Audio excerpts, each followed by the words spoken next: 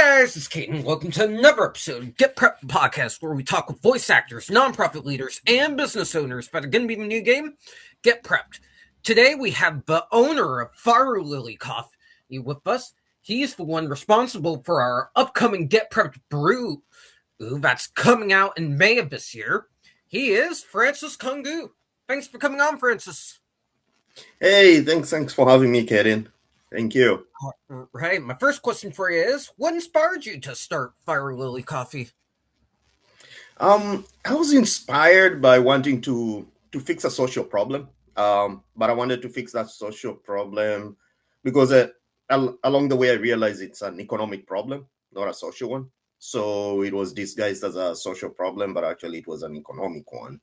So, and coffee is one of those things back in Kenya that people don't, it affects people's lives directly through economic means, and people are suffering. And I wanted to start a brand that actually could give back and could make a change in the communities that I grew up in. I respect that. And I didn't know coffee had that much of an impact on an economic level, which transitions into my next question. What's a highlight of your business career that keeps you going? Actually, whatever keeps me going is like, whenever I look back, I'm like, I can't afford to fail because it's not for me. It's for the people who I'm supporting. So every time I wake up in the morning is like, if this would go south, then how many people along the chain that we have been able to encourage them to grow coffee, to be part of this business by being suppliers, how many of them would actually be affected by it? So that's one of the things that keeps me going. Like, I'm making an impact in people's lives. I'm changing people's lives. That kind of keeps me going every day. And also I love a good challenge. Coffee is almost complex, has one of the most complex supply chains. And for me, it's always a learning moment, no matter what. So that curious mind keeps me like going and wanting to do better, to make it a better, efficient, and effective supply chain. I definitely respect that, and that's honestly what doing business is all about. My next question for you is, if you could work with any celebrity or public figure on your business, who would it be and why? Ooh, that's a good one. Who and why?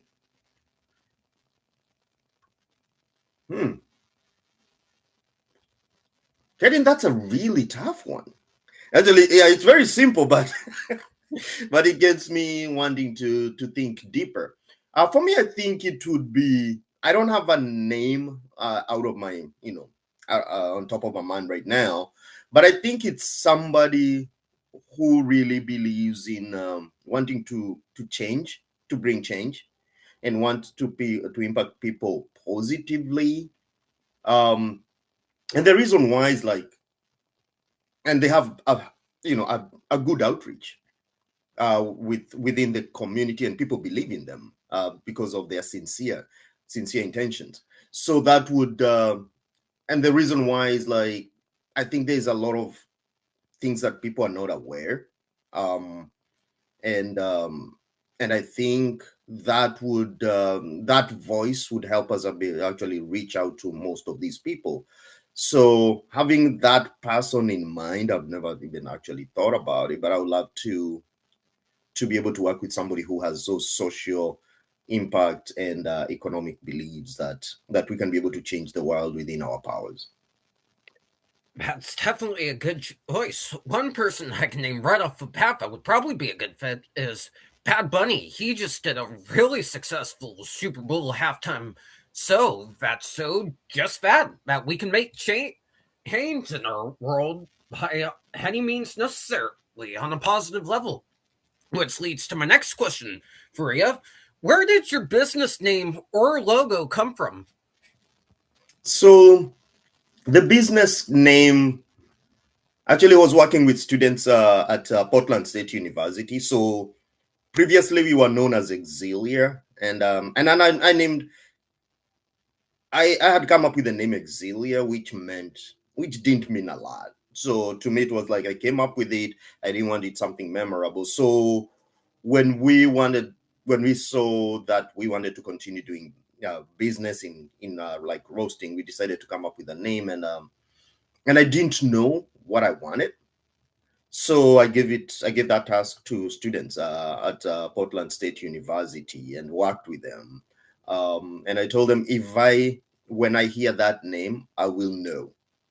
So they came up with names. Man, we went through about, if I'm not too wrong, we went almost through 500 names, brand names, and none of them resonated. And then they came up with Fire Lily, and I was like, I love that name, but I did not know, like, because of fire, which is the passion behind it, and lily, which is technically beauty in a flower, like, the lily is a flower, and then the fire, the passion. So I looked at it from that perspective. And then I was like, I want to know more. So when I asked them, they told me they said, oh, it grows, it's a flower that grows in Africa. And actually it's true, it grows in Kenya, in the savannah lands. And actually it's a really bright, beautiful flower, and it grows from East Africa to South Africa. And I was like, oh, I want to, that inspired me to do that. And it's a really bright, beautiful flower that embodies beauty, resilience, and boldness in it. So yeah, so that's we ended up like landing on that name. But the moment I heard it, I was like, "Don't tell me another name," and I don't care about any other name that you have on your list. That's what we are going for. It calls me, and actually it embodies what we really believe in as a company and as a brand. That's great, and I'm glad you got your students involved in that. And that's super sweet. My last question for you is, what can you tell us about the Repped roast that's coming out in May? Oh, I had so much fun actually coming up with the roast. Number one, just the roast itself. So I went gangbusters on it. So we worked. We definitely did work with Sarita Kalena. We worked with her about with what we were looking for, and we wanted to go with a dark roast, and then I sent her some stuff, and she loved the dark roast, and then I was like, she told me the concept of it. So it's gonna be like it's roasted in open flames. So I went and started researching. If I would roast coffee on open flames, how would it look like? And it it's not even. It's not a very even roast. So because we are not controlling heat on when you're roasting it. So like, oh, probably we should come up with something that brings out that. But also we wanted something that's um very flavorful, because it's gonna be, if you think about the get prepped, I was like, okay, if it's gonna be a apocalyptic world, you're thinking about um this coffee is gonna be almost something you don't find, because on environmental conditions at that moment, growing coffee will be very difficult. So it has to be rare. So it has to taste good. So people would be having other coffees. They would be having coffees, but they are in quote coffees. They are not coffee. It's something that they would name coffee. So we wanted something that would actually be able to be to, if I think in that world, something that tastes like that is coffee. It tastes amazing and people want it. Um, so when we came up with that roast, we wanted something that embodies the terroir of the place the coffee is coming from. Definitely thinking about Kenya, I was like, okay, fruity. It has to have a sense of uniqueness to it. But again, because it's roasted in open flames, it should have this smoky, chocolatey flavor to it. So it becomes a very sweet, but also very powerful and bold coffee. So that's for me. That's where my mind went. So I went to the roaster, and we were roasting coffee. So I started roasting in my sample roast. I'm roasting coffees. I'm roasting a light roast, and then I'm roasting a dark roast, and then I'm trying to blend them in, and then be able to find that beautiful mix between where I can be able to blend those two, and you get these really unique coffee that actually doesn't speak to lightness, doesn't speak to to the bold and the dark. So just a coffee that you would be able just to sit there and forget that the world is ending. So to me, that's my whole mental process going into that. So yeah, so I geeked out on it a lot, which is crazy. And yeah, and I just, so I'm excited for people to be able to taste it. With the artistics of the bag itself, we had to think like, what would it look like, and what would that embody. And so that, like, I can't just wait for people just to see the bag itself, be able to not only that, get into the bag, be able to get the coffee, brew it. And then yeah, so working on the dynamics right now is like the brewing ratios. We are trying to come up with a brewing recipe.